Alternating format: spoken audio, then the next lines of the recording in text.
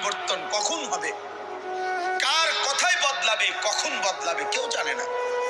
জানে কে? আল্লাহ।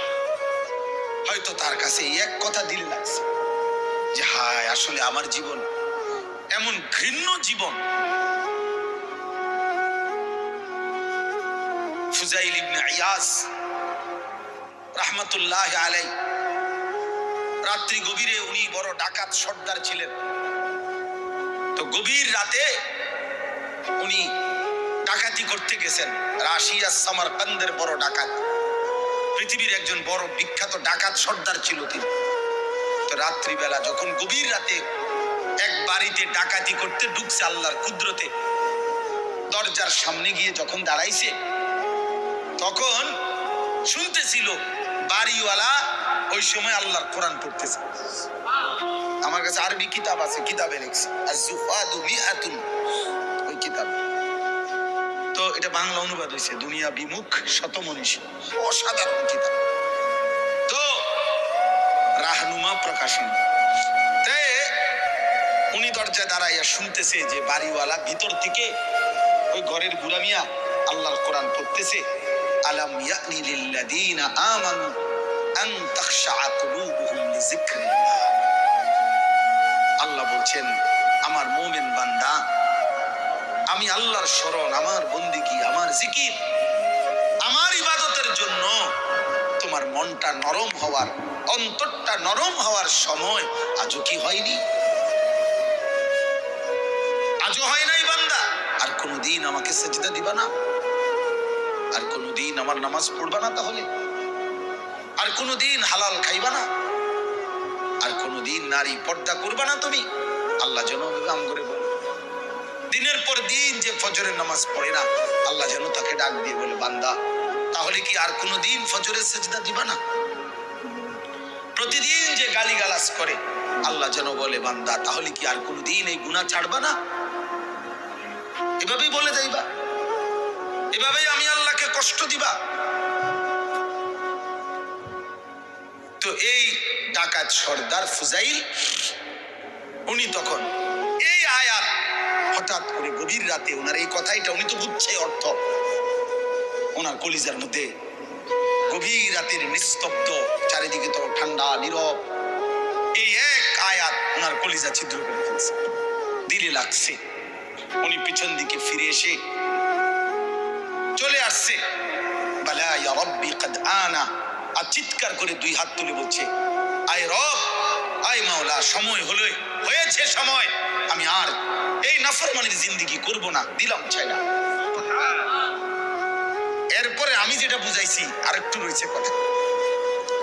এই ডাকাত সর্দার তিনি এত দুর্ধর্ষ ডাকাত ছিলেন যে ওই জামানায় আপনার যেই কোনো মানুষ, পথিক, মুসাফির, এমনকি বাচ্চা পর্যন্ত ওই অঞ্চলে ওনার নাম শুনলে ভয় পাইত।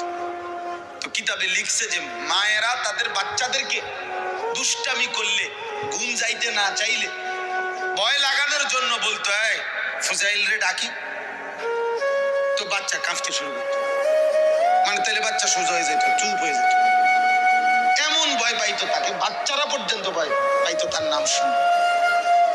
তখন তিনি চিন্তা করছে ওই ঠিক ওই সময় রাত্রে উনি পিছনের দিকে আইসা কোথায় যাবে এই মুহূর্তে, তো আল্লাহর কাছে এক ফোঁটা চোখের পানি ফেলতে ওনার মন চাইছে, তওবা করবে, মাফ চাইবে, আজকে গুনাহ ছেড়ে দিবে। ছেড়ে তো দিলই, ডাকাতি করে না।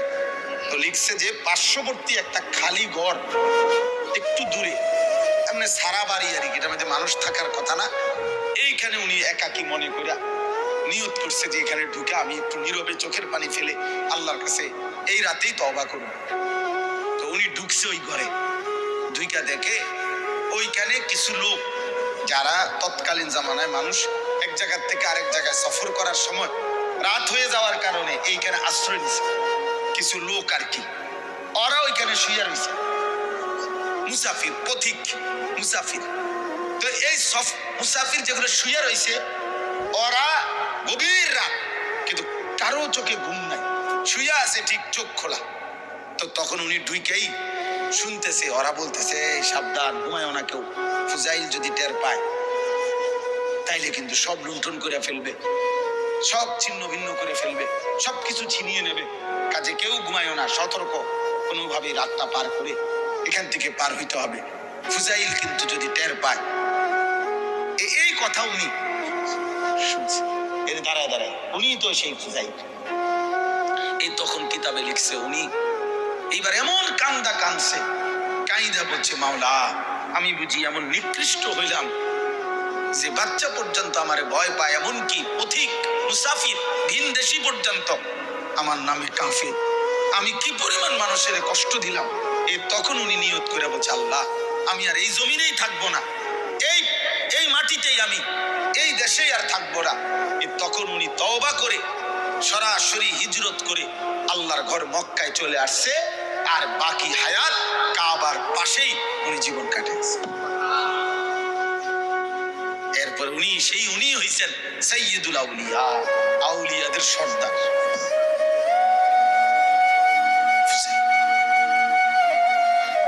তাইলে বললাম আর কি যে কোনো কথা, কোনো এক আচরণ, কোনো এক শব্দ অনেক সময় চেঞ্জ করে ফেলে, জীবন তোলপাড় করে ফেলে, জীবন পরিবর্তন করে ফেলে।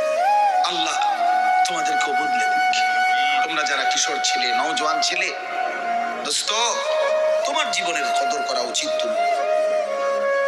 তোমার কথা কেউ মনে করবে না, তুমি নষ্ট হয়ে গেলে ধীরে ধীরে তোমার জীবন, তোমার চরিত্র, তোমার আখলাক, তোমার লজ্জাস্থান, তোমার শরীর, তোমার কোমর, তোমার যৌবন তুমি শেষ করে দিলে খোদার কসম কেউ মনে করবে।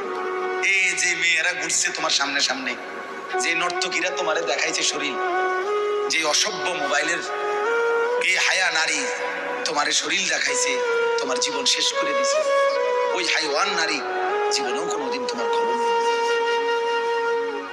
আল্লাহ তাআলা বলতেছেন যে আমি তোমরা যাদেরকে অর্থবিত্ত সহায় সম্পদ, টাকা পয়সা, ধন দৌলত দুনিয়াতে দিয়ে যাচ্ছি, তোমরা এটা ভেবো না। আল্লাহ বলে নাফরমান মনে মনে ভাবতেছে আল্লাহ তাও আমার উপরে রাজি, বলে আমার এটি দেখা, আমার এদিকে কি সুন্দরে ভাত তরকারি খাওয়া, এত চুরি করি, আমার দিকে কোনো অসুবিধা হয় না। বুঝেন না কথা? আমি এত সিটারি করি, আমার দিকে কোনো অসুবিধা, কত সর্দিও হয় না। কত ভালো মানুষ দিয়ে দেখি আজকে 10 বছর বিস্তার চলে গেছে, লড়েও লড়তে পারে না। কামটা কি, কারবারটা কি? আবু লাহাব মক্কার কাফের, নাম শুনছেন না আপনারা? নবীজি সাল্লাল্লাহু আলাইহি সাল্লামের বিরোধিতাকারীদের মধ্যে সবচেয়ে বেশি বিরোধিতাকারী যে কয়েকজন, এর মধ্যে একজন আবু লাহাব। সাহাবীরা ওরে বলতো, নবীর সাহাবীরা, এই আবু লাহাব। আবু লাহাবের একটা বদ অভ্যাস ছিল, নবীজি যেখানেই কাউকে কালেমার দাওয়াত দিতেন, মানে কাউরে ইসলাম বুঝাইতেছে মনে করেন, হে পিছন থেকে একটু দূরের থেকে ওর দিকে তাকাইয়া কইতো সাবধান, ধরা খাইও না, একেবারে মারারিবা, আর বিড়ি খেতে পারত না। এটা সিটারি যে করতে এত সুন্দর, এডি আর করতে পারত না। রেডি সাউন্ড, নাটক সাউন্ড, সিনেমা সাউন্ড, এটি সব ছেড়ে দিতে হবো এই মৌলবীর কথা বললে। মানে বলতো না না। এরপরে নবীজি সাল্লাল্লাহু আলাইহি সাল্লাম সরে গেলেই এই বেঈমান ওই লোকের কাছে গিয়ে বলতো, কি কইছে, এই কইছে তোরে না, সাবধান, এডি কইছে এই বিরাট বড় জাদুকর, নাউজুবিল্লাহ, অনেক বড় গণক, ও একটা ফেরেশতা গায়ে দিছে সমাজটার মধ্যে, কয় যে আমাদের পুরাটা এলাকা নষ্ট করে লাইছে। মায়ের লগে এখন আর ফুতের মিল নাই, ফুতের লগে মার মিল নাই, স্বামীর লগে স্ত্রীর মিল নাই, বাপের লগে ফুতের মিল নাই, একটা বেড়াছাড়া লাগায়। নাউজুবিল্লাহ, এইভাবে সে বলতো। তো তাফসীরের মধ্যে আছে নবীজির বিভিন্ন সাহাবীরা ওরে বলতো, আবু লাহাব তুমি যেই বাড়াবাড়ি করতেছো, আত্মারও তোমার তো আল্লাহ তাআলা এই হাত অচল করে দিতে পারে, আল্লাহ তো তোমারে ধ্বংস করে দিবে, হাত তো অচল করে দিবে। তুমি নবীর এভাবে বিরোধিতা করতেছো, সারাক্ষণ লাগে থাকো তুমি পিছে পিছে। এই তখন তাফসীরের মধ্যে আছে প্রত্যেক দিন সকালবেলা আইসা ওই লোক পরিচিত, এরা সমবয়সী না, যারা ইমানদার হয়েছে সাহাবী, ওরাও তো অনেকেই কুরাইশ বংশীয়, তো সমবয়সী, এক লগে চলুন না মানুষ, তো আইয়েই কইতো, কিরে এই যে হাত কিচ্ছু হয়েছে না, এই যে কি সুন্দর কত কইলা তো এরুম কিচ্ছু তো হয়েছে না। এই এত বড় হারামি আছে, হারামি দা গ্রেট, হারামির এক শেষ, ওই অহংকার করত।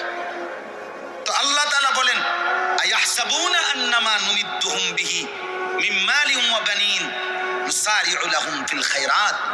আল্লাহ বলে যাদেরকে আমি দুনিয়ায় কিছু সম্পদ এবং কিছু সন্তানাদি জিফুত নায়নাত করে দিছি, তারা ভাবতেছে আমি আল্লাহ তাআলা তাদের, আমার প্রথম দায়িত্ব তাদেরকে ভালোর উপরেই রাখছি, কল্যাণের উপরেই রাখছি, খুশি আমি তাদের উপরে।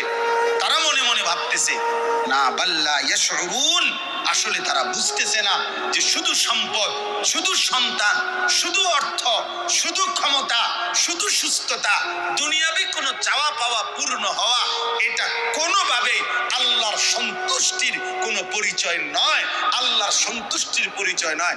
বাঘের, সিংহের, গরুর, ছাগলের কোনোদিন সর্দিও হয় না, কাশিও হয় না, ব্যারামও হয় না, পেটে ব্যথাও হয় না, ডায়াবেটিসও নাই, গ্যাস্ট্রিকও নাই, কিচ্ছু নাই। তাহলে তো আল্লাহ তাআলা সবচেয়ে বেশি সন্তুষ্ট জানোয়ারের উপর, নাকি? কথা বলে না কেন?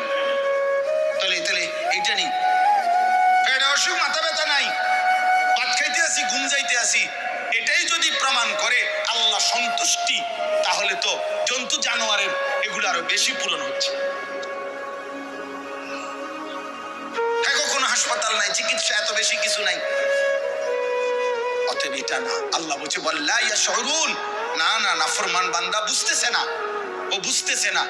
ভাত খাইতে দিচ্ছি বলে, ঘুম যাইতে দিচ্ছি বলে, আমি এটা প্রতিদিনের জন্য বলি যে আরে ভাই, কেউ আসো তোমরা ছেলেরা, হয়তো মনে করছো কোনো রোগ নাই, শোক নাই, কেউ বাধা দেয় না, সব মন মতো চলতেছে, মন মতো তুমি ভেবেছ এভাবেই চলবে।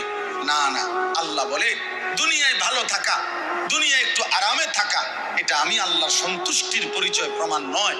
আমি তো কাফের বেঈমানকে দুনিয়া অনেক ভালো থাকতে দিছি, অনেক সম্পত্তি দিয়ে ভরপুর করে দিছি, অতএব এগুলো কি আমি আল্লাহর সন্তুষ্টির জন্য দিছি? কথা বলেন না কেন? তাহলে এটা না। দাওয়াত গত বছর দিনাজপুর হোসেন ভাই খুলনা তো, হ্যাঁ, দাওয়াত দিয়ে সারছি, শুনছে 20 মিনিট কথা বলার পরে ওরা 3 ছেলে আমার বলতে, হুজুর আমরা তো হিন্দু, কিন্তু আমার কথা পুরো শুনছে, হ্যাঁ মনোযোগ দিয়ে শুনছে। আমি বলছি ঠিক আছে ভাই, কোনো অসুবিধা নাই, মালিকের কথাই বলছি, তোমার সৃষ্টিকর্তার কথাই তোমারে শোনাইছি। সেদিন এক মাওলানা সাহেব রংপুর থেকে খবর পাঠাইছেন যে একটা মাহফিলের ডেট দিতাম। কেন এত দরকার হইলো, উনি বলছেন যে এক ওই বাজারের হিন্দু ছেলে, ওর কথা হইলো হুজুর, এ হুজুর রে দাওয়াত দেন।